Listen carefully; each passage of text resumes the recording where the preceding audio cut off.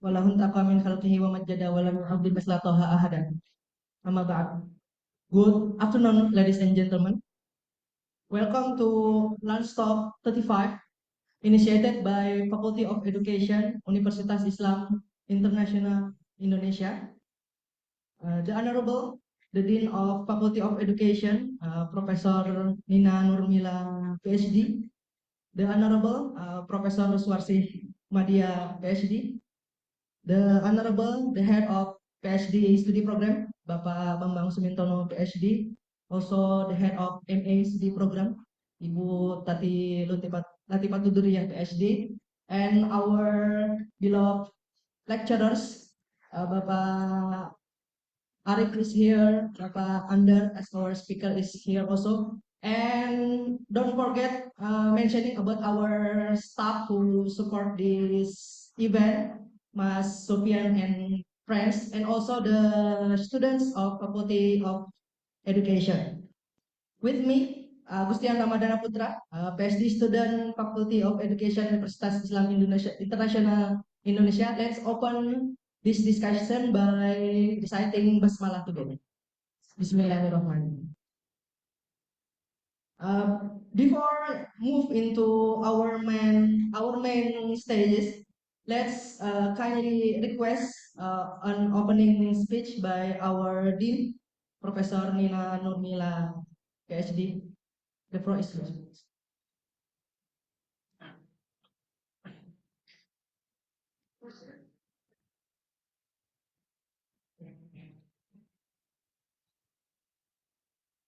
Bismillahirrahmanirrahim. Assalamualaikum warahmatullahi wabarakatuh. Alhamdulillahirrahmanirrahim. Wassalatu wassalamu ala Muhammadin sayyidil mursalin wa ala alihi wa sahbihi ajma'in. Amma ba'du. Good afternoon, everyone. Thank you all for coming. This afternoon, we will hear from Dr. Adar Rubowo, the new lecturer at the Faculty of Education. I'm grateful also for the coming of our lectures today, Professor Suwarsi, Dr. Tati Diwardi, Dr. Bambang, and Dr.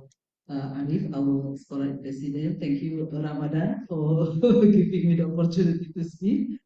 The title of Dr. Andar Rubowo's presentation today, Middle East Indonesia Relation, the transmission of Islamic knowledge and its implication for education in Indonesia, actually reminds me for the books written by the late Professor Azumadi Azra. The book is actually published from his dissertation in Columbia University about the network of ulama, in the 17th and 18th century. Because the pilgrimage is one of our basic principle of Islam, and that it is obliged for us who have the means to go to Mecca.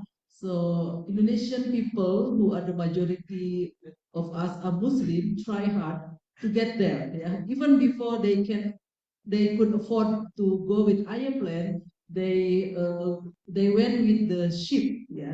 And then Mecca at that time was not only the place for worship, when we do the pilgrimage, but also the center for seeking knowledge.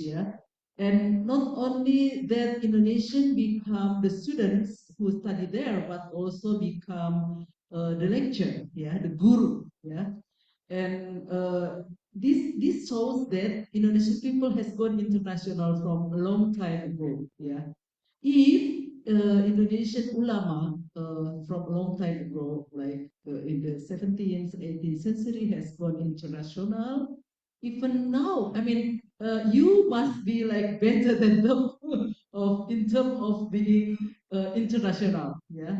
And you will see that the center of knowledge is moving, from the Mecca and then to Egypt, Azhar University, and now with the establishment of Triple IU, we have the vision of decentering Islam, not only in the Middle East but also Indonesia, which we can offer like Indonesian style of Islam, which is more relaxed, flexible, but still substantively Islam. Islam which has mission of being rahmatan lil alamin, and that's our university mission that you need to accomplish. Yeah, I think that's all for the opening speech. I'm looking forward to listening to Dr. Nubawa's explanation about the topic today. Thank you very much. Assalamualaikum warahmatullahi wabarakatuh.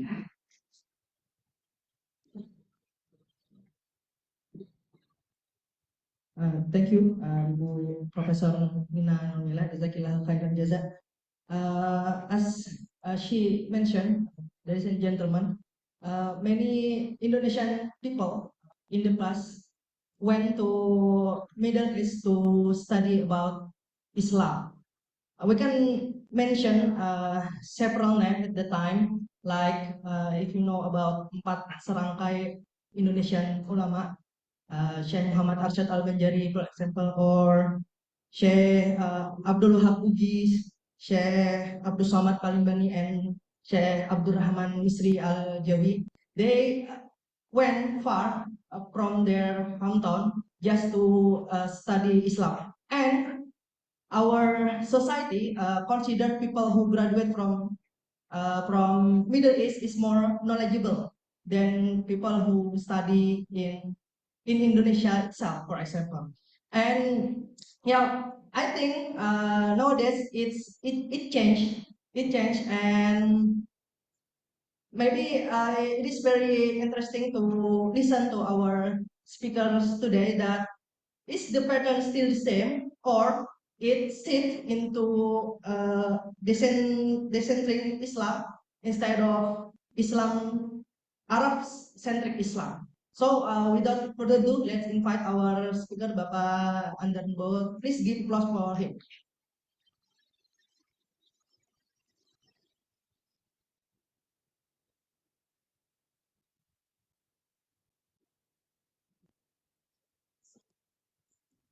Okay, ladies and gentlemen, in front of you has seated the speaker of this discussion. His full name is Andar Nubowo, STHI DIA PhD. His field of research is Wasatiyatul Islam, Dakwah and Education, Politics and Democracy in Indonesia, Southeast Asia and Muslim world and beyond. He studied about Islam firstly in Pondok Pesantren Miftahul Islam in Banyumas in Central Java, and Madrasah Arya Program Khusus in Surakarta. After that, he continued his study in UIN Sunan Kalijaga, Yogyakarta, and directly pursue his master in French. For the master degree, he studied in Écoles Hautes, yeah, in France, and also his PhD also in France. After that, he continued his journey in career as assistant research in Nanyang Technological University in 2018 to 19. And after that, he joined us here as a lecturer in Faculty of Education Universitas Islam. Okay, Bapak, the floor is yours. Okay, thank you very much, Radian, PhD candidate. Okay. Yeah. Honorable Dean, Ibu Profesor Nina Nurmila, Profesor Suwarsi, and Profesor Tati, inshallah, Pak Bambang and Pak Arif, and all distinguished students, ladies and gentlemen, Assalamualaikum warahmatullahi wabarakatuh. Alhamdulillah, Allahumma sholli ala Muhammad wa ala ali Muhammad. Amma ba'd.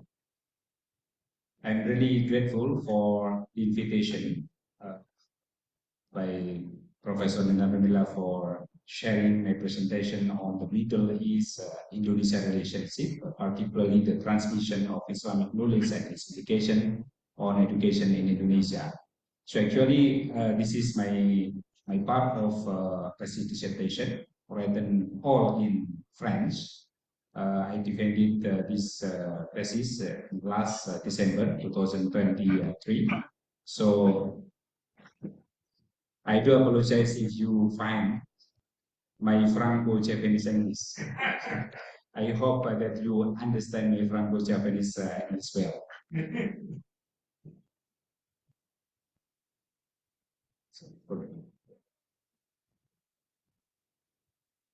So I think we may know that Islam arrived in Nusantara or Archipelago, Nusantara Archipelago, since many centuries. For example, so we know that Southeast Asian Islam or Southeast Asian Muslim, as well as Sub-Saharan Africa or Southeast Asia, and also in China and Japanese Islam, for example, traditionally considered as like periphery Muslim or periphery of Islamic civilization, while Middle East or Middle Eastern countries, for example, Hijaz, Hadramaut, Egypt, Iran, etc., was traditionally considered or seen as the center of Islamic civilization. And this perception actually grounded on the fact that since the 17th century, the two holy cities, Medina and Mecca, and also the Cairo in Egypt, have constituted the epicenters of Islamic civilization and also Islamic learning, whereby Jawi Muslim or Indonesian Nusantara and scholar Nusantara Islam or senior scholar Nusantara Jawi Muslim, at the time we called simply Jawi Muslim. They acquired or they got Islamic knowledge in these epicenters, and also once they returned back to Indonesia, they transmitted these classical and also like traditional Islamic knowledge to students by establishing like a small pesantren in Java, for example, Dayak in Aceh, and also Suro in West Sumatra and other part of Sumatra. And as peripheral Islam until 20th century, actually the country beneath the wing of the Biladul Jawi in Arabic was regarded as like invisible, un-Islamic, and also less authoritative than the Arab Muslim Islamic civilization or Arab Islamic countries like Hijaz, Hadramaut, Egypt, and Iran, for example. So I recall the book written by Rashid Ridho and Muhammad Abdul in the Majalah Al-Manar in 1911, criticizing the scholars and ulema Jawi, the Jawi ulema student staying in Mecca, Medina, and also in Cairo, for example. Rashid Ridho, in his chapter on Al-Alam Al-Islami wal-Urubi in the Majalah Al-Manar, he stated that Jawi Muslim are more ignorant. It's like harsh criticism coming from the Rashid Ridho, the proponent of Islamic reformism and modernist movement at the time. So, and spiritually weaker than all others. Wow. Lacking cultural heritage, knowledge, civilization, or political power, unlike Indian and Egyptian Muslim. So at the time we were colonized by the Dutch colonial, and actually the Muslim Jawa or the Jawi Muslim Nusantara at the time, the name of Jawi, including Jawa, Sumatra, Malaysia Peninsula, and also Singapore and Darussalam. At the time, the population of Muslim achieved 30 million population.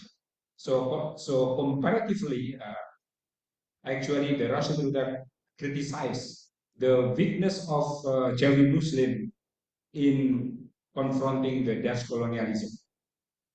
So why actually the Jawi Muslim, even though the population, the population, the number of population around 30 million, actually according to Rashid Ridho in the Majalah Al-Munawwar, they lack expertise in Quranic science and also in history, geography, and political sciences. But instead of acquiring this Quranic science, geography, history, and modern science and knowledge at the time, they prefer to teach Indonesian pilgrims Sufism, Torika, superstition, profile, and bid'ah doctrine that opposed Islamic reformism. So this is like a harsh criticism coming from Rashid Ridho and the proponent of Islamic reformism and modernism in the early of 20th century. So actually in 1908, for example, Snook Sehurgrons, he wrote a French article published by the Maison de Guinée à Paris. Actually, this is I translated from French. He also stated that already most Islamic schools have replaced all the teaching methods with those in use in Mecca. The textbook from Mecca have been adopted in Indonesia. So the fantastic mysticism of all is gradually being replaced by a more moralizing form of mysticism in the style of Ghazali. And the political ideas of native Muslim concerning religion-related issues are imported from the Holy City. There's no coherent statement in this article. In this article, actually highlight that actually at the time the Jawi Muslim is invisible because the Jawi Muslim is still considered as like Islamic or less Arabized or less authoritative in terms of Islamic knowledge. So yeah, so the transmission of Islamic knowledge flowed from the center, the Arab Muslim center of Islamic civilization, to the periphery, including Indonesia, not vice versa. So actually, at the time, the ulama of Jawi, the ulama of Nusantara, although they wrote many publications in Arabic, they still are considered as like less intellectual, less academic, comparatively to the Arab Muslim scholars and intellectuals. So this contributed to a one-sided and unequal relationship in which the Arab Muslim center imposed, unlike an Arabic-centric intellectual religious vision on Indonesian Muslim. And while Indonesian Muslim hold like the Arab Muslim civilization in high esteem, for example, that we recognize that Arabic language, for example, has like a magical moment, or maybe the Arabic language is the key to enter to the paradise. Allu al-Islamah hiya lugatul jannah, for example. So, but actually, our intellectual contribution, the contribution of Syekh Nawawi al-Bandani, which is our Muslim Jawi scholar, stayed and resided in Mecca at the time, and he wrote many articles on Islamic fiqh and Islamic moral, akhlak, etc. But his contribution to the Islamic knowledge still considered as like un-Islamic because of the Nusantara Islam often regarded as heterodox, syncretic, or as representing the rustic and nominal Islam, or according to the Clifford Geertz, the American anthropologist, actually the Jawa Islam consisted of Santri, Abangan, and Briyani. So we are formulating the nominal Islam, not really Islamic, according to many Arab Muslim scholars. So this unequal and one-sided relationship between the center and periphery, between the Arab Muslim civilization and the Southeast Asian Muslim, including Indonesia, particularly Indonesia, actually raise two questions. And how does the relationship between the Middle East and Indonesia shape and profoundly influence the transmission of Islamic knowledge and education in Indonesia? And secondly, why does project of decentering Islam, including including the extroversion of Islamic education globally rise. So let me explore in terms of socio-historical approach, or socio-historically, I would like to explore the dynamics and complexities of such an equal and one-sided relationship between these two geographical Muslim civilization. And by delving into the transmission of Islamic knowledge and also the transformation of Islamic education in Indonesia, which is impacted profoundly by such relationship, I would like to unearth the new awareness or consciousness among Muslim scholars, intellectuals, and also leaders, especially in Indonesia recently, to launch a project of decentering Islam, to establish international Islamic schools and universities. So I would like to invite you to serve historically to the unequal relationship between center and periphery.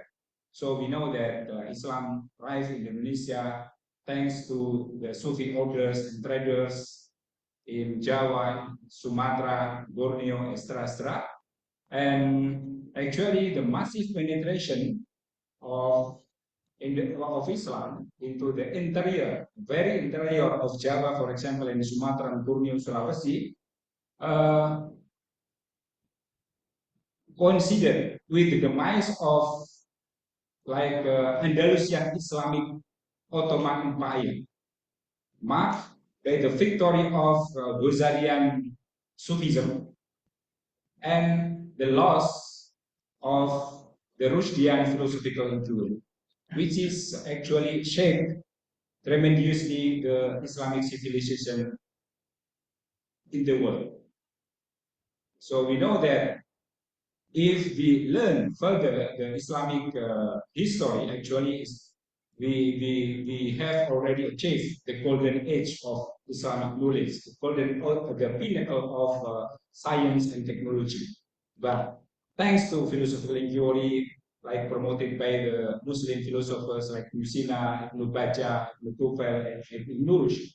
But actually at the time, Imam Ghazali, for example, criticized the development of philosophy, like astride or making us distant from the iman, from the how to call iman, faith, Islamic faith, and also making us like infidels. So we can conclude in this historical fact that actually we are Muslim, we become Muslim. The Nusantara, the archipelago become Muslim thanks to Sufi guru and traders, and so we inherit that Sufi Islamic mysticism approach in Nusantara. And for example, in 16th century, Hamzah Fansuri reportedly went to Hijaz and Iran. Yeah, certainly he performed Haji, and after that he studied classical and traditional Islamic knowledge, particularly the Sufism in Hijaz and Iran. And once he returned to Nusantara, especially in the Sultanate of Aceh, he became like Shaykhul Islam by Iskandar Muda, the king, Sultan Iskandar Muda, and he promoted like pantheism or Wahdatul Wujud. And also the opponent of this pantheistic Sufism, Nuruddin Araniri, also voyaged to Hijaz to learn Islamic knowledge, and then returned to Aceh, become like Shaykhul Islam, replacing the Hamzah Fansuri, condemned like infidel by the Sultanah Safiuddin Tajul Alam, actually the queen of Sultanate, the Sultanate Aceh. So the Nuruddin Araniri in charge of combating pantheism and monism in Sufism promoted by Hamzah Fansuri and his disciples. And Bilatul Jawi actually witnessed heated debates about pantheistic and orthodox Sufism in the Sultanate in the 17th century, And actually, when we learn Wasatan Islam in the globalized world, actually, at this period, emerged like the middle way Sufism introduced by Abdul Rauf Singkili. And in this period, actually, prior to 17th century, we can conclude that the center of Islamic learning taught classical Islamic knowledge, Quran, Sufism, Akhlaq, etc., organized in traditional and also small pesantren in Java, Hidayah in Aceh, and also in Suro, and I don't know in Papua. At the time, actually, Papua was not Islamized by Sufi orders. And in the early 19th century, actually, pesantren penetrated to the very interior of Java, also as Sumatra, as a fast and growing community of returning hajis, like mentioned by Ibu Din, Ibu Dina Nubila, and also returning students trained in Mecca and Madinah, center of learning of Islam, taking advantage of the colonial peace to establish a pesantren Daya Suez Trust. And the arrival of steamship in the 1840s enabled ties between the Middle East and also the archipelago, the Dutch colonial East Indies at the time. For example, senior student or ulama went to Mecca, Medina, and also Cairo after that. And once they returned to Indonesia, they established like intellectual network of traditional Islamic school, and also they teach classical Islamic knowledge. And we observe that in the middle of the 19th century, for example, the Middle East, the Arab Muslim Center observed the Nahdah movement.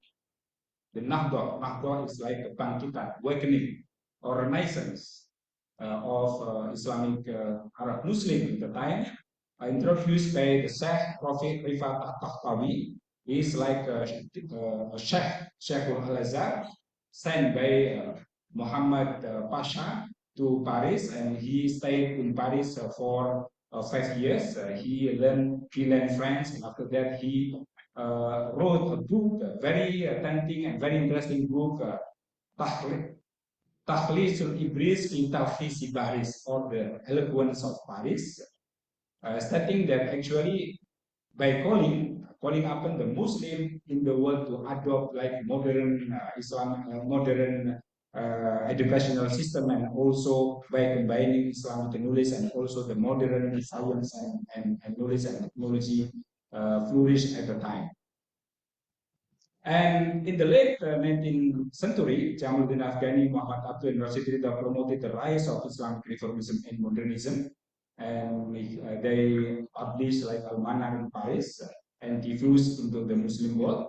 And actually, this Al-Manar, Majalah Al-Manar, and also Tafsir Al-Manar, written by Muhammad Abdul and his disciple, his student Rashid Rida, influence and shape like reformist and modernist thought among Nusantara or Jawi student at the time in Mecca, in Medina, and also in Cairo. And these students, influenced by the exposed by the reformist Islamic reformism, they actually in the early 20th century they established like reformist and modernist movement in Indonesia. Yeah, we may know that Sheikh Ahmad Khatib inspired the spirit of Islamic renewal among his students from the Biladul Jawi, like Muhammad Jamil Jambe from West Sumatra, Abdul Karim Amrullah, the father of Buya Hamka, and also the late Kiai Haji Ahmad Dahlan, the founder of Muhammadiyah.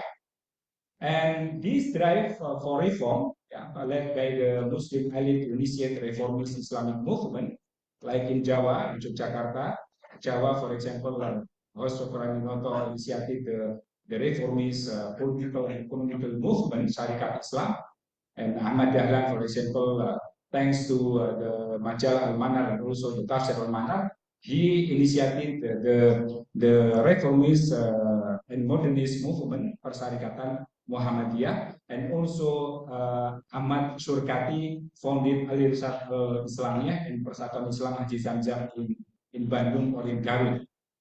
And this movement established Islamic school. You know that Muhammadiyah has many thousands of kindergarten and secondary and or primary and secondary school and thousands of Muhammadiyah universities. And also we may observe the school belongs to Al Irsyad and also in Persatuan Islam in West Java and also in Central Java, for example. And yeah, according to Pierre Bourdieu, for example, all actually we are developed by our own habitus. So the modern Islamic organization, they formed by the Islamic movement calling for reformism and for adopting the modern technology invention and development at the time. And actually the traditionalist ulama actually sought to strengthen also Muslim traditionalist network established when they during their time in the Islamic learning center in Madinah, in Mekah, etc. by establishing Nahdlatul Ulama, Persatuan Tarbiyah Islamiyah in Canduang, Muhammad Sulaiman Ar-Rasuli, for example, and also Al-Wasliyah by Muhammad Hasan Mahmud in Medan, in Delhi, Medan, in 1930. So actually, this network of traditionalist ulama, they want to maintain traditional and classical Islamic thought in pesantren, daya, and suro.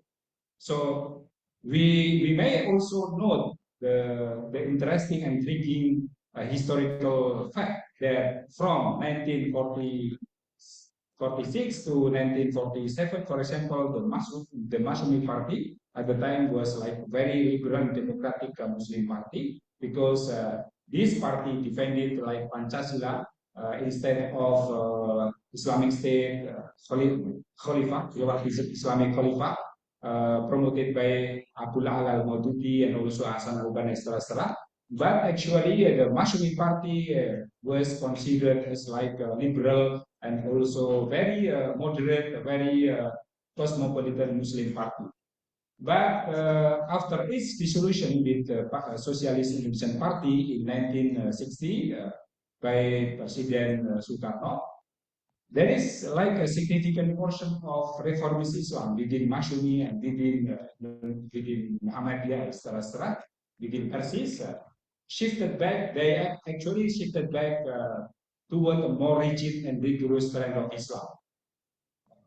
According to my supervisor, my professor Rami Madiniye, actually these small reformist Islamic politician or Islamic activists actually suffer like radicalism ideology or ideological crispation because of the dissolution and also the accusation of having committed like rebellion, perharian permesta, and so disbanded officially by Pak Soekarno, and they suddenly suffered like ideological crispation, moving from liberalism, cosmopolitanism of Islam to more rigorous and conservative Islamic ideology, which is very like tremendously influencing our contemporary Islam, Indonesian Islam until today.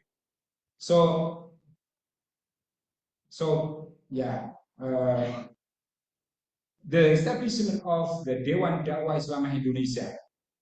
We may know that the Dewan Dakwah Islamiyah is the political metamorphosis, ideological metamorphosis of a small portion of reformists within the Parti Masyumi, led by Muhammad Natsir, Muhammad Turun, etc.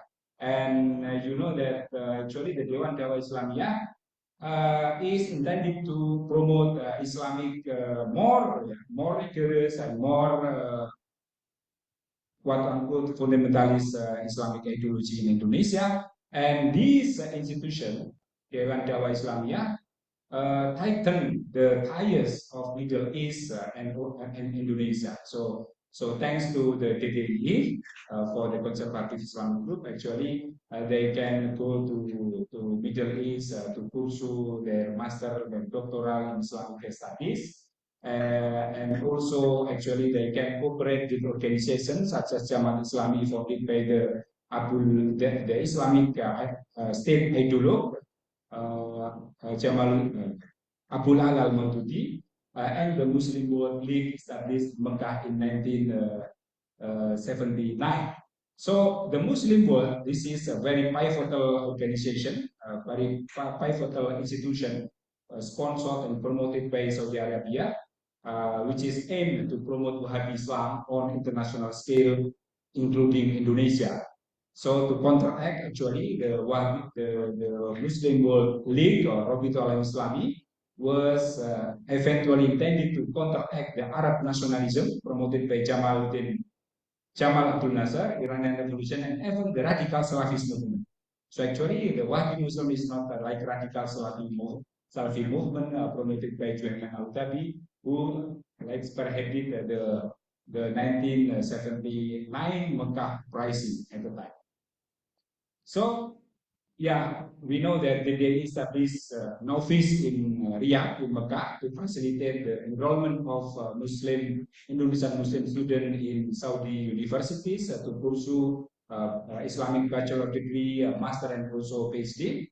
And we know that this organization also facilitated the returning back of the student to Indonesia by, for example, and also they contributed to translating key works of Islamism. The author or the founder of Hizbut Tahrir Indonesia, Taqiyuddin An-Nabhani, Ikhwanul Muslimin Hasan Al-Banna, Abdullah Al-Maududi, and Yusuf Al-Qurtubi from Qatar, from Egypt, and then he moved to Qatar. Yeah, in the early 1980s, Saudi Arabia established Libya, Lembaga Ilmu Pengetahuan Indonesia, an Institute for Islamic and Arabic Studies in Jakarta. When we go shopping to Pejaten Village, actually the Libya is situated there in Pejaten Village. So actually, this is the building, the picture of the Libya buildings, very modern, because thanks to the windfall, the economic windfall of Saudi Arabia in 1970s, oil extra. So actually, the Saudi Arabia sponsored and promoted the Wahhabi Islam by establishing Libya in Indonesia and in all Muslim countries. And Libya was part of billion dollar Saudi initiative to promote Wahhabism globally. So since this, for example, once back to Indonesia, many graduate from Libya and also from the Saudi universities. Actually, they are involved in Islamist or conservative movement, brandishing Islamic State or Caliphate State, and also Sharia, replacing the ideology of Pancasila and Bhinneka Tunggal Ika. And for example, Ja'far Umar Tholib, the founder of Laskar Jihad, who was involved in religious conflict in Poso and also in Ambon in early of Reformasi, and also Muhammad Rizik Shihab. I'm certain that you know this name, Muhammad Rizik Shihab is I don't know, notorious ulama or very famous ulama, recent Indonesian Muslim. He is actually the founder of the band officially by Jokowi in 2016, the Islamic Defenders Front or Front Pembela Islam. And after the demise of Suharto, we know that these graduate Saudi universities, facilitated by the DDI, they rose publicly to achieve, to apply for Sharia Islam, or achieve Islamic State instead of national ideology Pancasila and Bhinneka Tunggal Ika. And also, this is very interesting to know that also they are active in promoting these ideals, conservative and fundamentalist or Islamist ideals, through education. So they established the network of JSIT, for example, for the Tarbiyah Network Movement affiliated to PKS, Partai Keadilan Sejahtera. JSIT, Jaringan Sekolah Islam Terpadu, the network of integrated school, Islamic integrated school, Jaringan Sekolah Islam Terpadu, and also for the Wahhabi Salafi network, actually they also active in establishing networks of Asesi, the network of Salafi school. They gathered in Asosiasi Sekolah Sunnah Indonesia. Asosiasi Sekolah Sunnah Indonesia. And also when we go to South Sulawesi, we will find the ramification of the Wahdah Islamiyah, hybrid Indonesian Salafi Islam. They established the large network of Islamic education in eastern part of Indonesia, especially in South Sulawesi, so Wahdah Islamiyah. And actually, even though they are of different method in achieving like Islamic Sharia or the best ideal of Islam, but actually we can conclude that they are actually actively promoting a more conservative ideology rooted in the model of the first generation of Islam, the Salafi, Muhammad and his companions, and also the Islamic past, the pinnacle of the golden Islam, for example, the history of Andalusian Islam. And also they want to advance a form of Arab-centric legitimacy for fundamentalist Islam in Indonesia.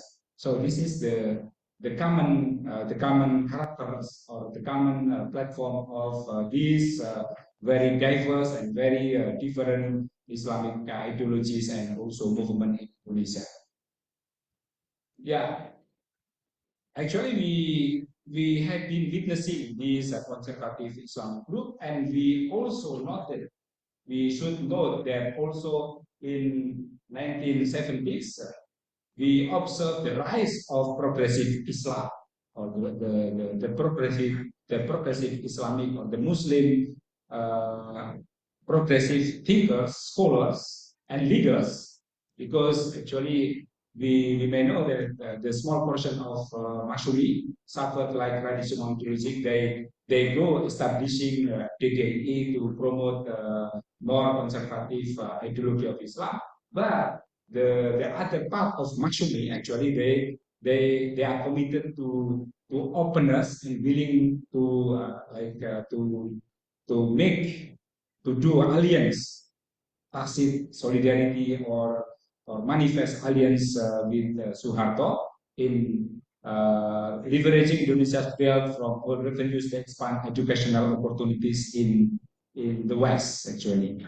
So Suharto, you know, our smiling general, President Suharto, at the time actually appointed the progressive and liberal minister of, I don't know, liberal is a good term to call Pak Munawir Sadali or Pak Abdul Mukti Ali, Minister of Religious Affairs at the time. Actually, these two ministers advanced the quality of Islamic education and harmonize the Islamic education with modernization ideals promoted by the New Order era, the New Order of Suharto at the time.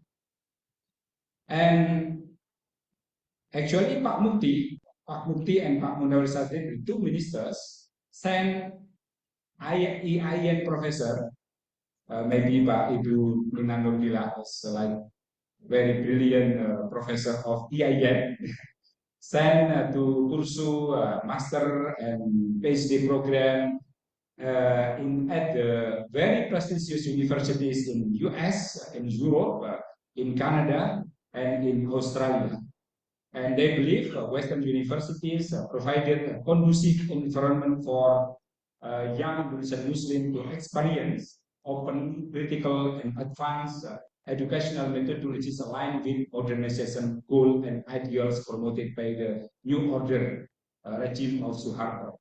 And we may note actually the Minister Sadali also reformed the madrasah curricula by establishing the what we call by the new specialized Islamic studies madrasah or madrasah aliyah Hukam Khusus in 1988 in some location in Indonesia, Padang Panjang, Ciamis, Yogyakarta, Jumpandang, Jember, and other Banda Aceh, Lampung, Solo, Banjarmasin, and Mataram.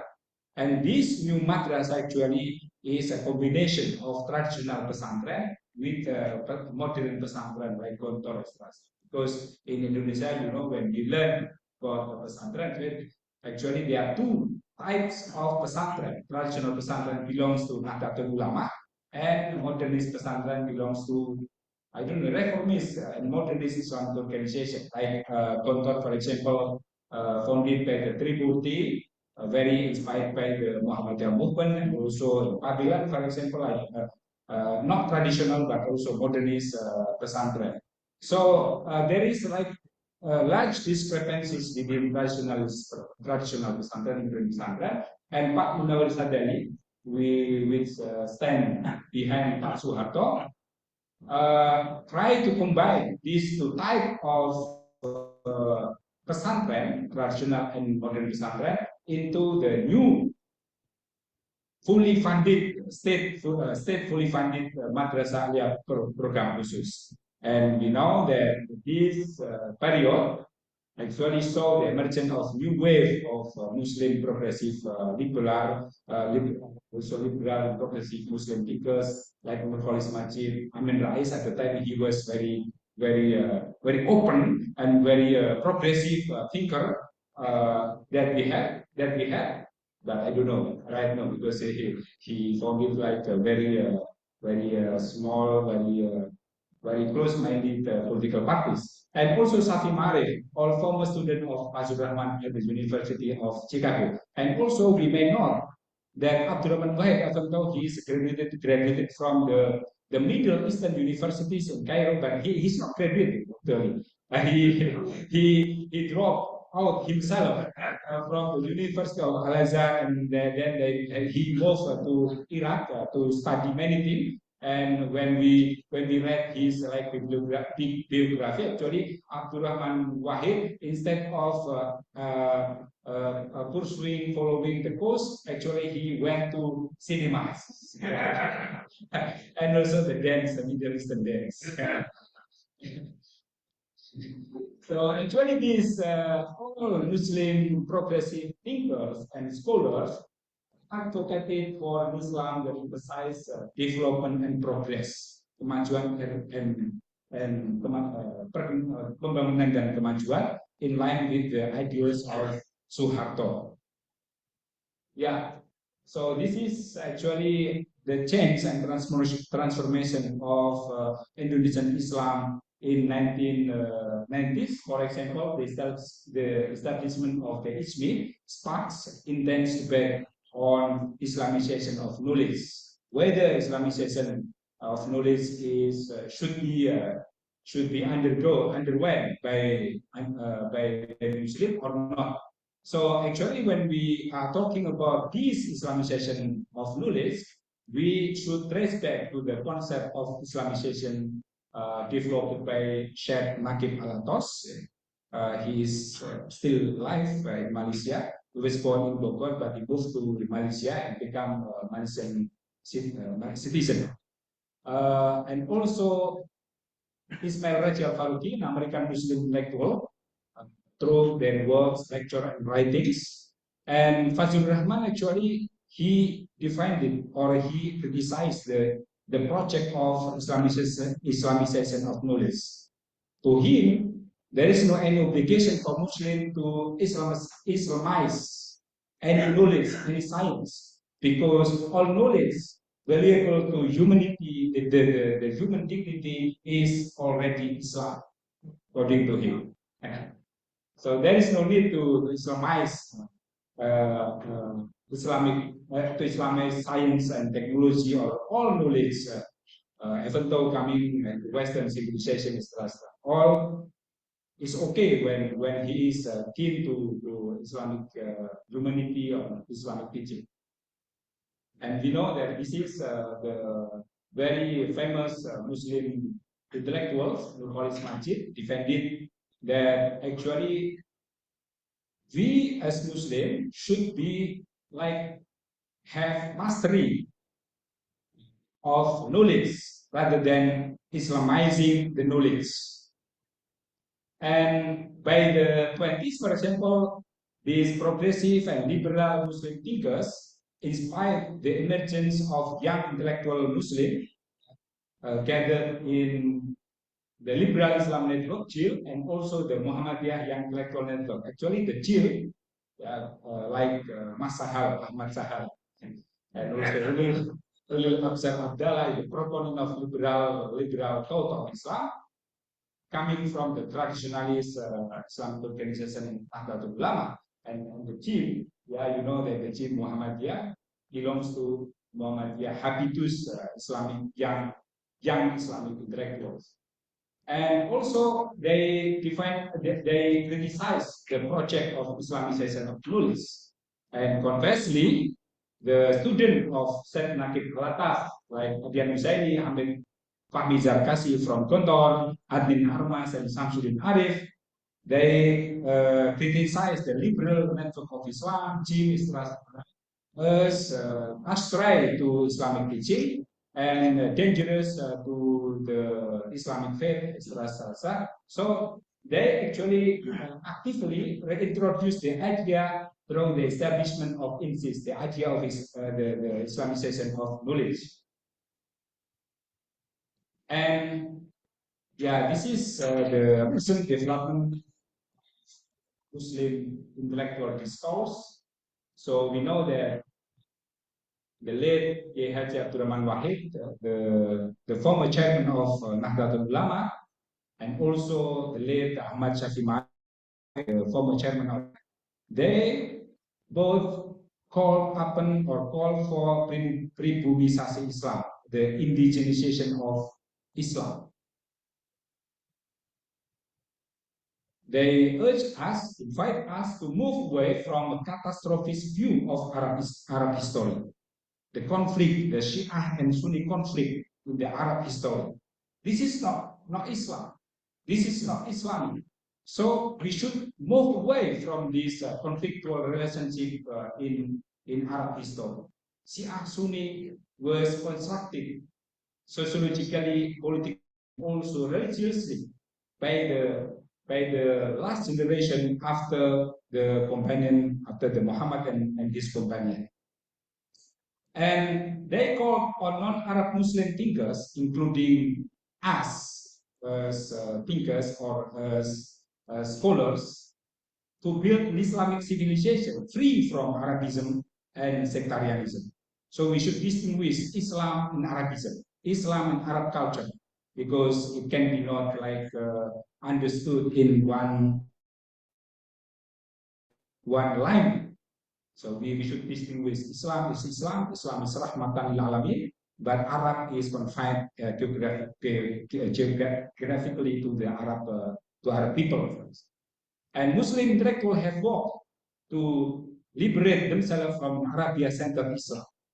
So they champion the distinctiveness of Indonesian Islam, which is in line with the national ideology of Pancasila, urging us to have tolerance, friendship, openness, and also, for example, the non-state actors like the Guardian of Moderate Islam, support the Guardian of Moderate Islam, Muhammad and NU, promoted this Indonesian model. So Ulil Absar Abdallah, right now he's one of the chairman of PBNU, accepted the emergence of ways in Indonesian Islam to counter the transnational Islam. And also Abdul Muti, right now he is Minister of Secondary and Primary and Secondary Education, and also Secretary General of PP Muhammadiyah, Pimpinan Pusat Muhammadiyah. He supported this vision, the vision of Indonesian Islam, the vision of Masyarakat Islam, tolerant, open, etc., by emphasizing that Indonesia's Islam is preserved as free from conflict with other Muslim states, enabling it to be politically acceptable for all, to overcome economic and also political strife and also conflict within the Muslim community and within the global communities. So in that sense, actually Indonesia's Islamic education, for example, madrasah, pesantren, features a phenomenon really rarely seen in other Muslim countries, in Malaysia, in Singapore, in Middle Eastern countries, in Saudi Arabia, etc. So yeah, so this is very recent development of promoting Indonesian Islamic education globally. So there is like new awareness between Muslim leaders, Muslim intellectuals and scholars, supported by the state, Indonesian state, Pak Jokowi, Bu Megawati, Pak SBY, to promote, to do like a so-called diplomasi of Islam by establishing schools and universities and also special branch of Muhammadiyah, for example, the case of Muhammadiyah, in the case of pimpinan cabang Islam Muhammadiyah, and the special branch of NU in all continents of the world, Europe, in America, in Africa, in Australia, and also in Asia. And for example, Muhammadiyah has established its schools and university in Cairo, in kindergarten, Muhammadiyah kindergarten in Beirut, like primary and secondary Muhammadiyah school in Beirut in Lebanon. And Malaysia, University of Muhammadiyah Universitas Muhammadiyah Malaysia Muhammadiyah University in Penang. Yeah. And also in recently Muhammadiyah established like Muhammadiyah College in Australia, in Victoria. I have never been there actually. Just a photo.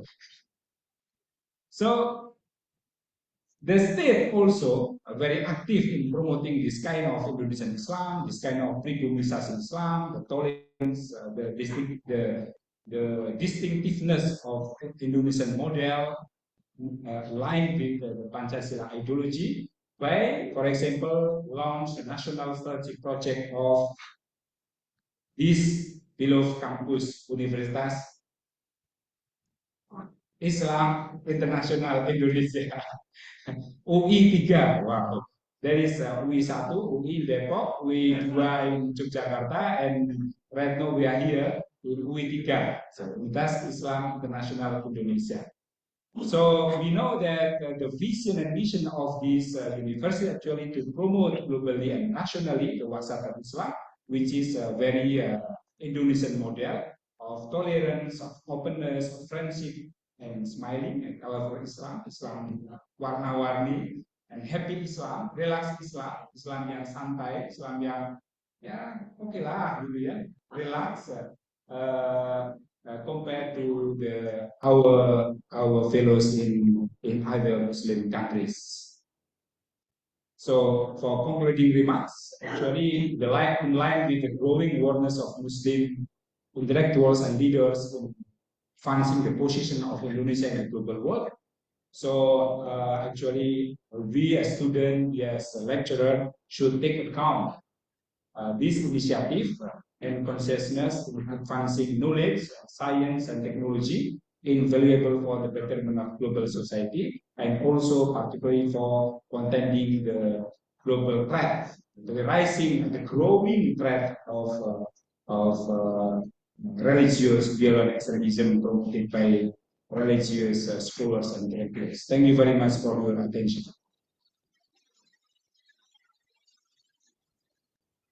Okay, thank you very much, Pak Andar Nabokos, for his rich experience and knowledge.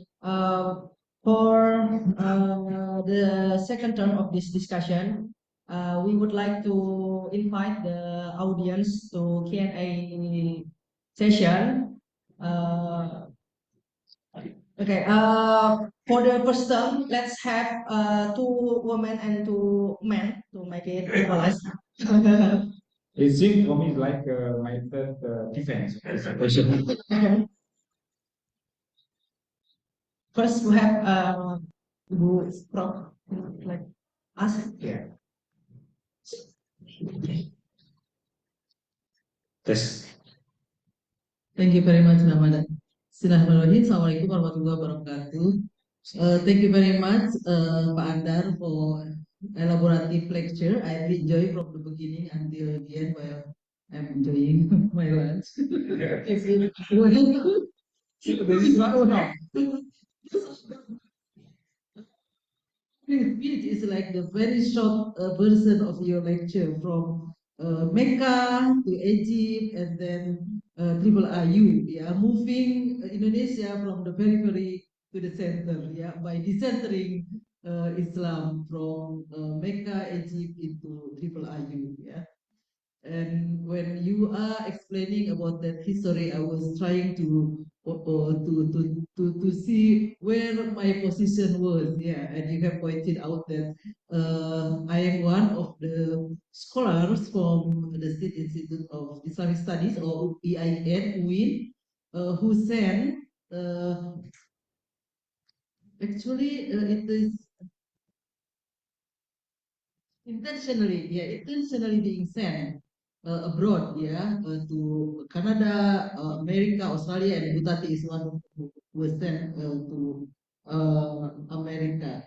Oh, it's different program. Yeah, it's different program. Yeah, yes, yes. I was really assigned by the Ministry of Religious Affairs, yeah, to be sent abroad in order to come back to WIN, to promote that's liberal progressive Islam, yeah.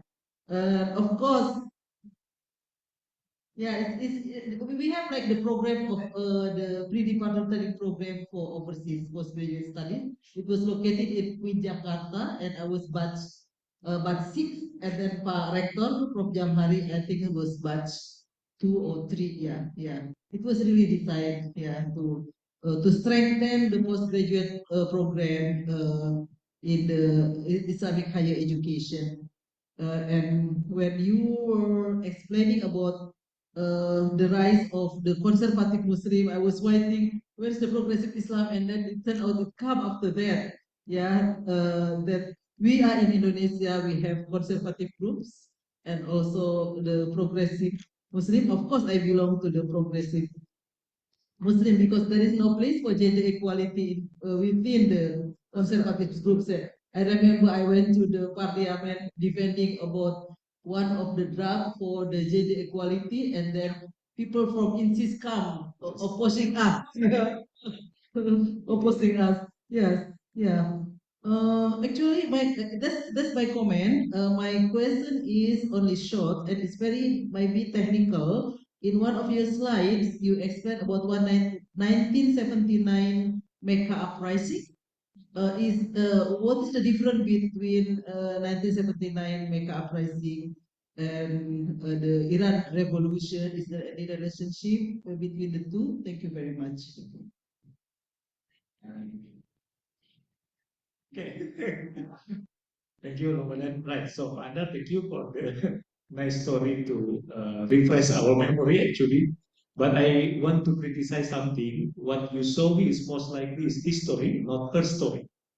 There is no of it's, it's come from Arif actually. No female Indonesian or female what you call as scholars that appear in your presentation. Is there's something missing there? So it could be you can write another thesis for that one. Thank you.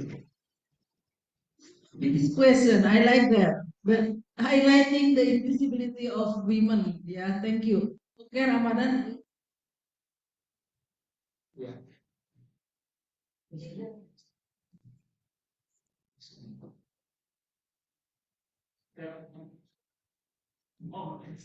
Alberto, please.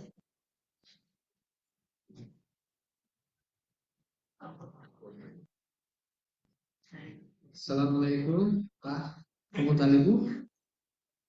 Uh, I think that this presentation is quite insightful because maybe particularly for international students, we are more aware of the situation because perhaps maybe average Indonesians are not truly aware about the impact of the Indonesian Islam to the world and may not realize that when we are outside Indonesia, sadly, Islam is misrepresented quite differently from what is done here in Indonesia. So all Western nations, including Latin American countries, we have sadly there is a misperception that Islam is associated with the Middle East to the point that even Islam and Arab is synonym. And there is no single acknowledgement about Indonesia in Western countries, even in the US or let's say also Latin American countries. So based on this presentation, well, my question is, how has the transmission of Islamic knowledge from Middle Eastern epistemological localities influence in the discourse of Islam Wasatiyah in Nusantara? And the second part of this question is, how do you see being realistic? What are the opportunities, but also the challenges to extrovert Indonesian Islam to the world, particularly the challenges beyond historical and geographical determinism? Thank you. Okay, who else? Well, perhaps two women. Make it first. Yeah, student female. Oh yeah, Mbak, wearing yellow, please.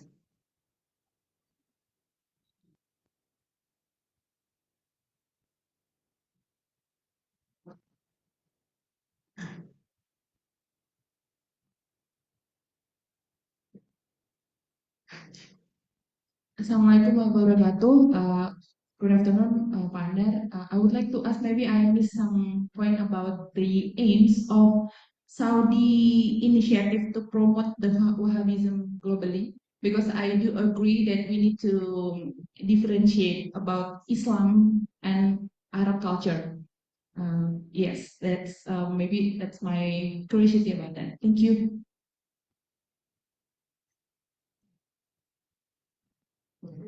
Sure, respond.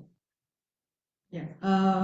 Before I give the opportunity to our speaker, I would like to a little bit repeat the question. The first one from Prof. Nina Nurmina. She said that she was one of the example the program.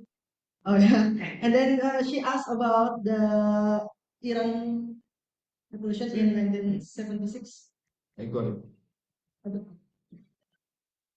Yes, that one. And the second one from Pak Bambang. He criticizes about the Main story. with the presentation. And then the third one is from Alberto. He mentioned about misperception of Western people that Islam is really associated to a Middle East country, and he asked how the transmission influence the discourse of Wasati Islam in Indonesia. And the second one, the question is about the opportunity and challenges to disseminate the Indonesian Islam to the world. And the last question from Mbak, about the what is the purpose Saudi want to promote Wahhabism? Okay, thank you very much for all the question. Actually, this is like my third dissertation defense. A very, very tempting and intriguing question coming from Ibu Nina Nurmila and also Pak Bambang and my students. Actually, in the period of Hajj pilgrimage in 1979, there is like Makkah siege or uprising conducted or led by the Juhayman al-Utaidi. He's very radical Salafi preacher. He's not scholar, but preacher at the time. He wanted to be, he claimed himself as like Imam Mahdi. So Imam Mahdi. So he saw that actually the Makkah as a shrine of Islam has been or had been tarnished by the Wahhabi scholar, by the infidels, etc. So in the down of the pilgrimage Hajj in September 1979, Suhaiman al-Utaibi and his troops, his militants, his followers, siege the Mecca, the shrine of Islam, and he claimed himself as Imam Mahdi. So all Hajj from all the world, from the Muslim world, come to us, believe us. I am Imam Mahdi, the chosen one. I want to save your salvation. So it happened just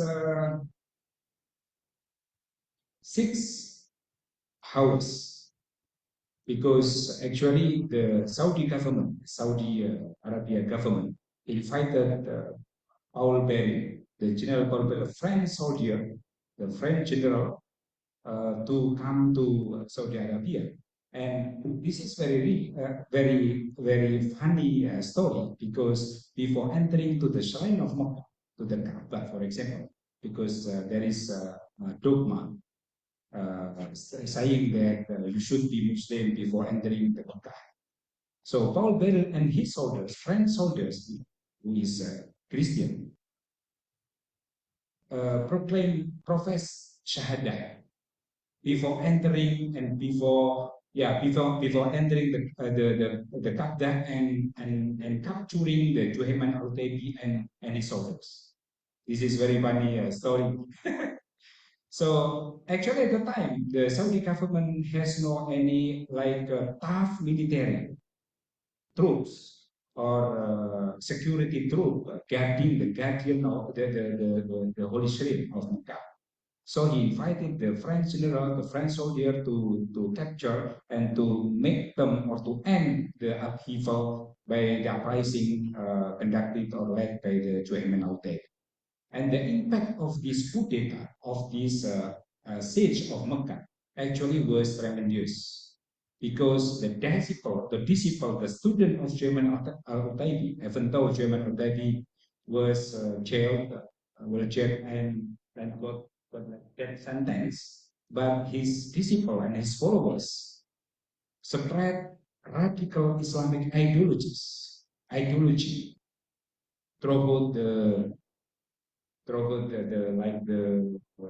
pengajian. How to spell pengajian? The halakoh, the Islamic halakoh, the Islamic radical group halakoh, and also the Islamic congregation.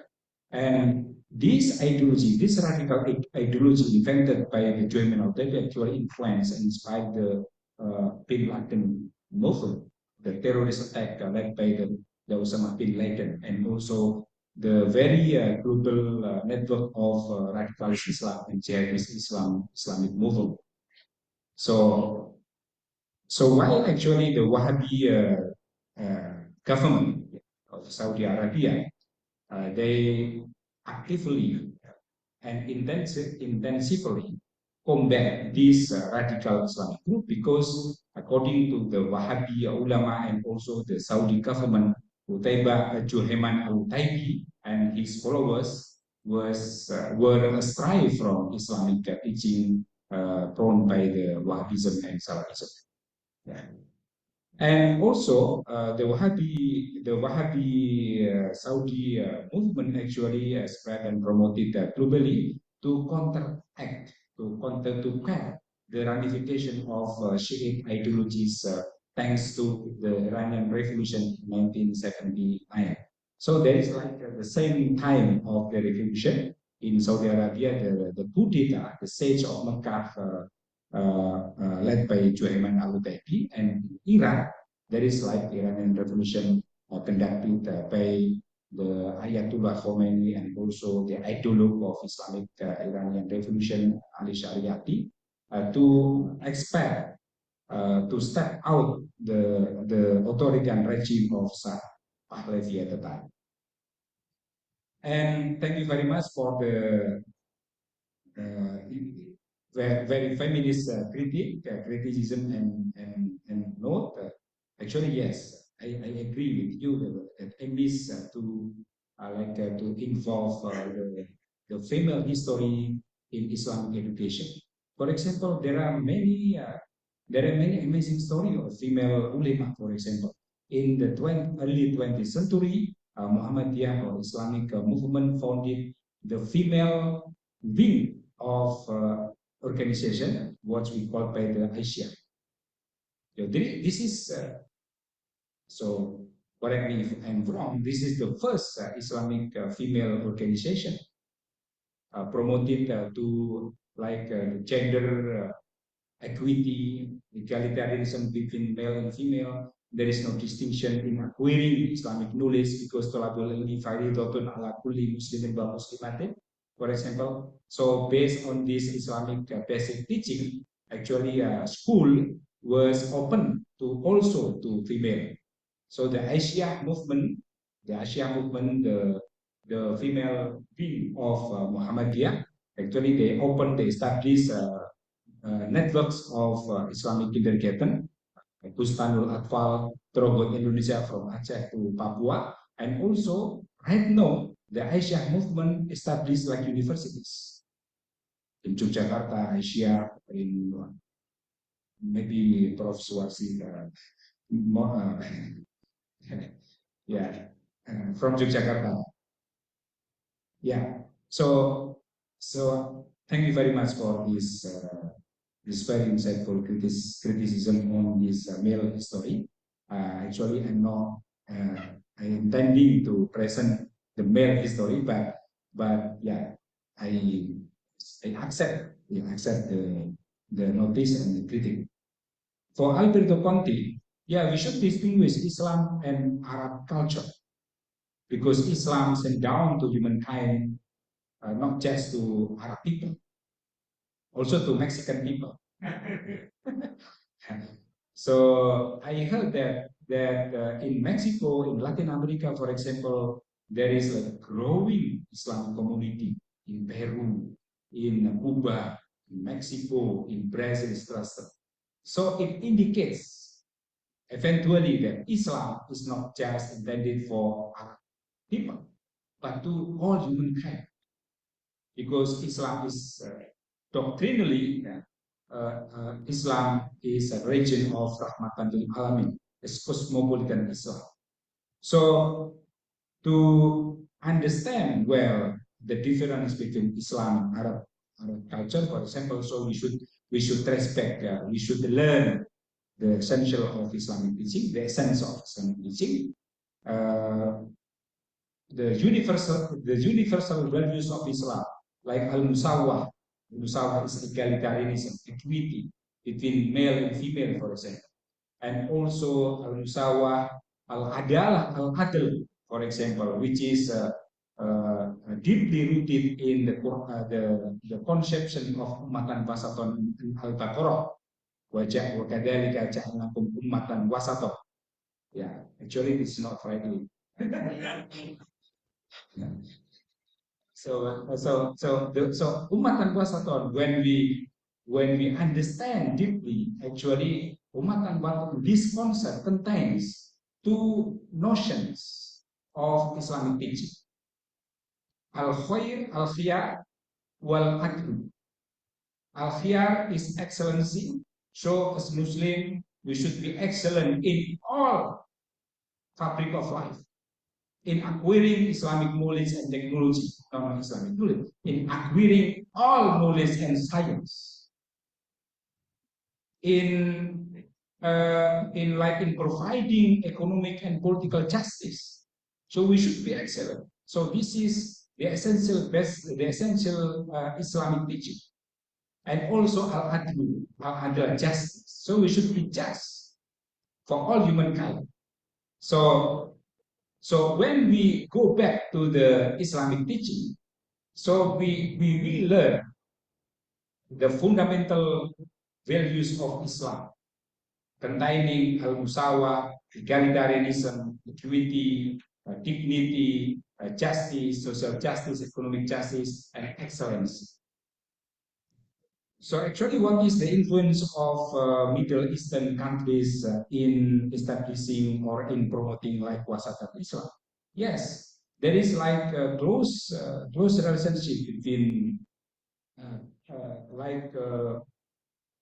solid, like tough intellectual relationship between Middle Eastern or Middle Eastern scholars and intellectuals and all leaders and in terms of Wasatat Islam, be it Muslim, Indonesian Muslim thinkers, scholars, and leaders. So when we trace back to the social history of Wasatat Islam, the conception of Wasatat Islam actually. So in the early of 20th century, in 2000s, for example, to combat, to cope with the ramification of real ideology promoted by the radical and jihadist Islamic movement, for example. So the Muhammadiyah and NU ulama and scholars, they dig deeply the concept of Wasatat Islam in Quran and also the tradition of Prophet Muhammad Sallallahu Alaihi Wasallam. And at the time, actually, the concept utilized by these scholars and ulama is moderate Islam, Islam moderate, which is very controversial.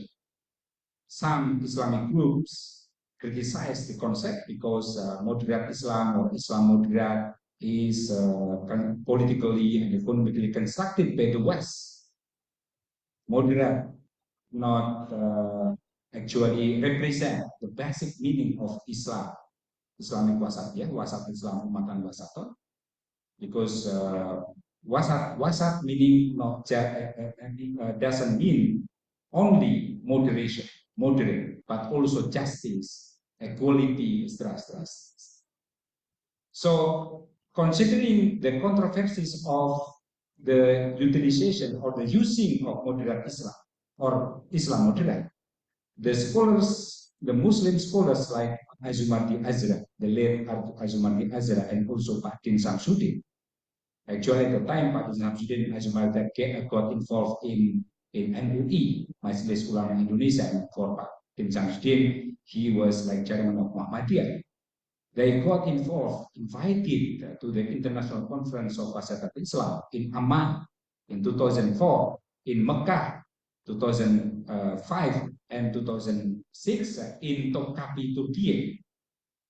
So after they returned back to Indonesia, they got awareness. We should be utilizing this concept, the Arabic concept, which is more Islamic, which is more acceptable by the conservative group.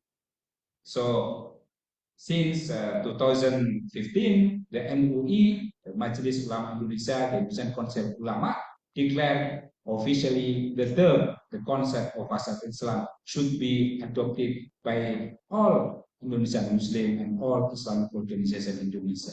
NU Muhammadiyah, adopted the concept with Islam Kemajuan for Muhammadiyah, Islam Nusantara for Nahdlatul Ulama. But actually, all Islamic group and madhab school stemming from liberal Chile, I interviewed yes, I do agree with the term of Wasatat Islam because it's like continuation of our progressive and liberal Islamic thought.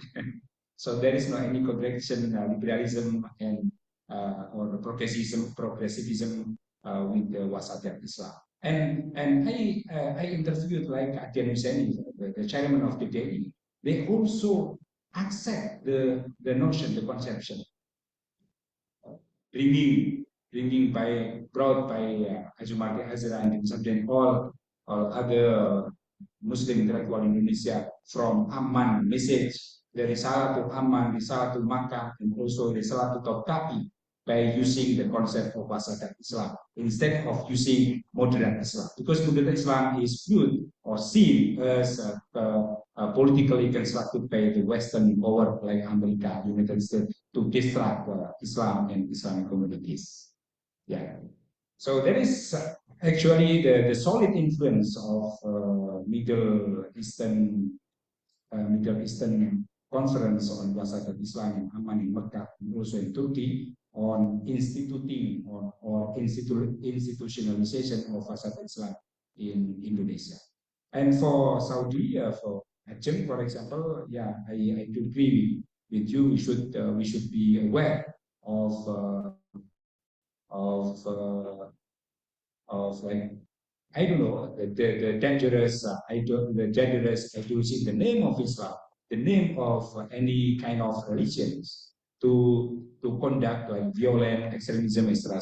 So this is not Islam, or this is not religious based like teaching. Yeah. So, for example, also we should distinguish, we should differ the many different strands of Wahhabism. In Wahhabism, there is like a moderate Wahhabism, there is like the reformist Wahhabism, and also jihadist Wahhabism. So Osama bin Laden inherited the radical Wahhabism from Juhayman al-Hudaydi and his disciples. So this is very dangerous for us because it published the beauty of Islam, the cosmopolitanism of Islam, the universalism of Islam by conducting terror, violence, etc., by terrorizing us, by making us fear of Islam, etc. And also actually what we should do as a Muslim or as a Indonesian citizen, and also for all international students right now. Actually, we should be aware of this kind of retrogative and also rigorous stand of Islam, inviting us to violence, to to do yeah, actually to hostile to other communities, to other different religious communities. For example, this is an-Islam. So actually we should be we should be sticking on Islamic basic teaching. So we learn in our Faculty of Education actually the Wasat of Islam in globalized world. Actually, this is a good for us because we learn that Islam is not harmful for humankind and for Islamic for universal dignity of humankind, and also for environment by introducing like the wasatiyat, which signifies just and excellent. Thank you.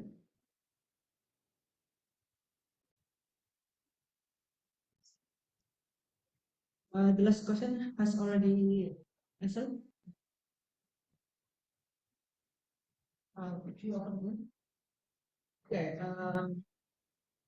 maybe to people because of the time, maybe Prof. Persim would like to ask, and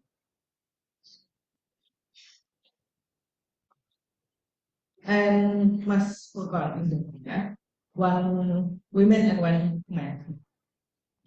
Thank you. Assalamualaikum warahmatullahi wabarakatuh. It's very interesting indeed.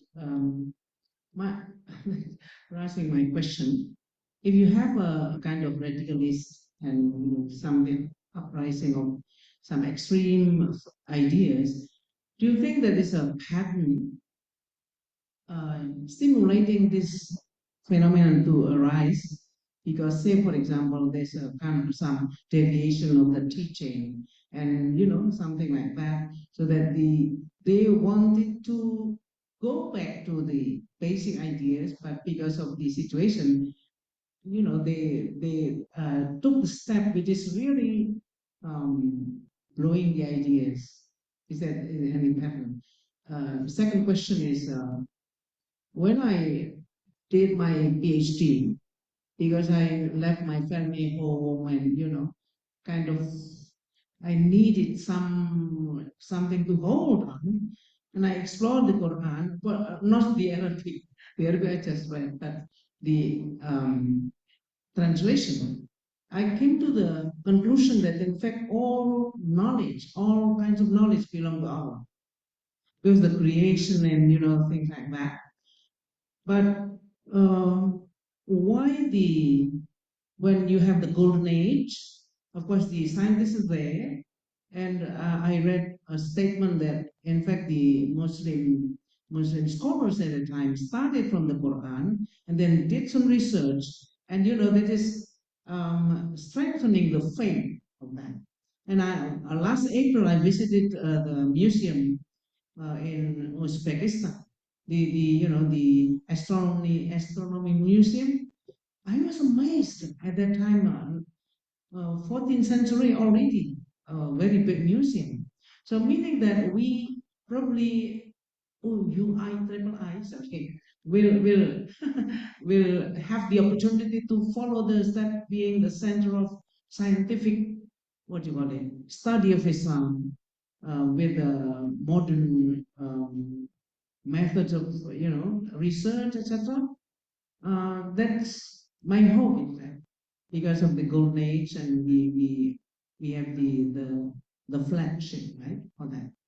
Is it how what is the possibility, probability, 1.110001, and in what year we will achieve that, the mission, the national strategy, you call it, national strategy project like this. Thank you.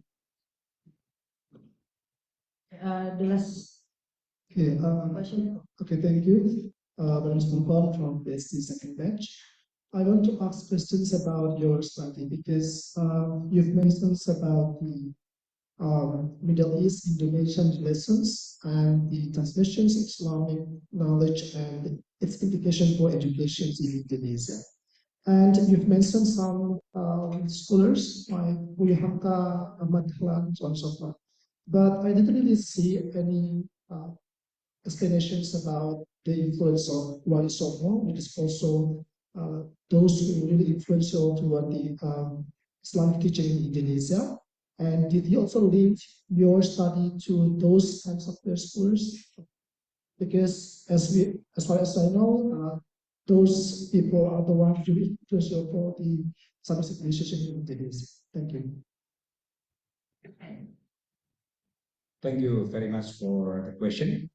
For Professor Suarse, I think, yes, I agree with your opinion. Indeed, that actually we should back to the, no, we are not like romanticists, yeah. We're not we trying to be back to the Islamic past, to the Islamic past of golden age, for example. But what we want, what is it possible actually to acquire like these historical past of golden age by doing like philosophical inquiry, and we should nurture student, we should nurture our disciple to have like a freedom of thought, freedom of expression, freedom of like that. Because the main goal of education is nurturing the student, nurturing our disciple to have like such freedom. So philosophical inquiry is very important because this is the most important thing in the golden age of Islamic Spain, Andalusian Islamic Empire of Spain at the time, for example. Because like Muslim philosophers, and they are not just philosophers, but also ulama, also faqih, fuqaha. Yeah, like for example, Ibn Rus, he is philosophers, yes, but he's also faqih, who wrote like Bidayatul Mustahid wa Nihayatul Muqtasid in Islamic jurisprudence, but in the way of letting the reader to choose the best option of Islamic jurisprudence, which is the best fitting, which is the best for us. Yeah, there is no any compulsion or compulsory to choose this Islamic jurisprudence school, for example. But he described, he analyzed all the differences in Islamic jurisprudence. In fiqh, for example, in Salat, there are many madhab, and many explaining the method of Salat, for example. But actually, Nuruz let us to choose the best way. And also, he is famous as a doctor, as a physician or medicine doctor, Ibu Dokter, Bapak Dokter, because he was the first one invented the surgery. So Ibn Rushd, and he's also the great philosopher, criticizing the Imam Ghazali tahafut, because Imam Ghazali criticized greatly, considerably the philosophy of the Islamic philosophy and Greek philosophy. According to Imam Ghazali, we should revive the religious science and knowledge. So yeah, after the victory of Ghazalian Sufism, actually, we are entering to the dualism of knowledge and science. There is Islamic science or religious science, Yauluddin, and also secular science. So why actually this Ghazalian opinion on the science influence like Sheikh Nadim Atos, for example, to Islamize the knowledge, because according to Atos, science, modern science and technology should be Islamized, because very far away from the basic teaching of Islam, from the Tawhid expressed. And two, yeah, I do agree with you that it is very possible to acquire pinnacle of Islamic civilization, the great Islamic civilization, which is for all humankind. And to go to this direction, actually, we should accept, we should be instilled by the philosophical and philosophical and liberal inquiry of science and technology and also knowledge. And for I don't know, forgot. Yeah. I actually I didn't mention the tradition of Ali Songo, but then when I share the small pesantren Daya Suro, especially and particularly the pesantren in Java, actually these kind of pesantren, all of them belongs to Nahdlatul Ulama.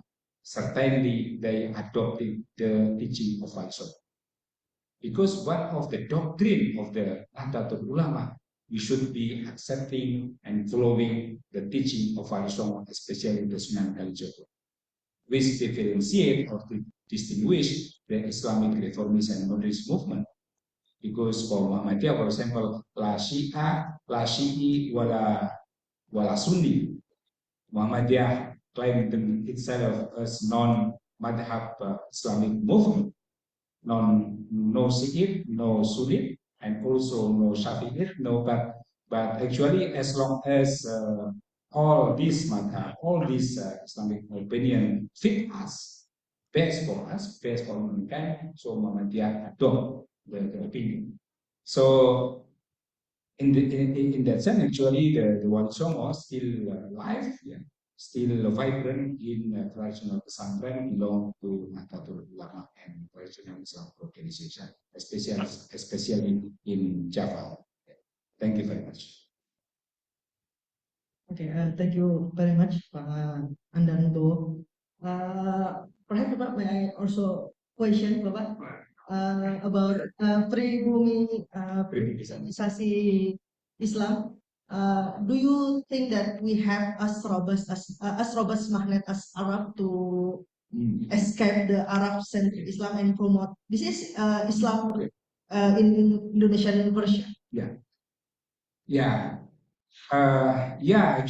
Actually, right now, for example, PBNU revise is Islam Nusantara or Archipelago Islam with humanitarian Islam, just to be intended to be understood globally and to be extroverted globally by Indonesian Muslims, by Nahdlatul Ulama. So there are many criticisms toward against Islam Nusantara. Islam Nusantara understood as very confined Indonesian Islam. So it is hardly it is difficult. It is difficult to extrovert or export to the global Islamic community, to the global community of the world. And for example, Muhammadiyah Progressive Islam or Muhammadiyah Kemajuan actually is more acceptable in the context of global community, because Muhammadiyah accentuate the progressivism, which is in line with the basic teaching of Islam. Hadoro, Adalah, Excellency, Al-Khiyar. So this is the indication of the character of progressivism. So the challenge, I recall the question from Monty, the challenge of extroversion of this Indonesian Islam. So the challenge is actually there is no any co-management or the cooperation between the non-state actors, especially Muhammadiyah and in organizing the promotion, the international promotion of Wasapatism. Instead of co-organizing, for example, the International Conference of Wasat Islam, World Peace Forum, or the Humanitarian Islam recently orchestrated or conducted by the Nahdlatul Ulama. These two largest Islamic organizations, actually they organize by their own conference, their own peace diplomacy to promoting Wasakat Islam. So this is the first obstacle to launch the project of Peace Islam, because there is still there remain like ideological and political stiff between these two Islamic organizations, Muhammadiyah and Nahdlatul Ulama. And secondly, the obstacle is dealing with the finance. You know that Muhammadiyah and Nahdlatul Ulama is non-state organization, so there is no abundance finance in promoting this initiative, in promoting Wasatat Islam globally. So considering this obstacle, I think the promotion of Wasatat Islam should be collaborated with the state actors, with the government, with the Indonesian government, also with the international non-state actors and international state actors. So, because Indonesian Islam or Wasatat Islam is our our hopes for healing the world from the violent extremism, from the radicalism, etc., to the betterment of the history of humanity. Thank you very much. Thank you, ladies and gentlemen, especially Dana Bawa for the experience and knowledge. This is the end of the Lunch Talk 35 initiated by Faculty of Education, Universitas Islam Indonesia. I, as a moderator, apologize if I speak wrongly, and see you on the next Lunch Talk 36, Faculty of Education, Universitas Islam Indonesia. Thank you very much. Let's close our discussion by reciting doa kafaratul majlis together. Subhanallahumma bihamdika asyhadu an la ilaha illa anta astaghfiruka wa atubu ilaik wa akhiru da'wana alhamdulillahi rabbil alamin. Assalamualaikum warahmatullahi wabarakatuh.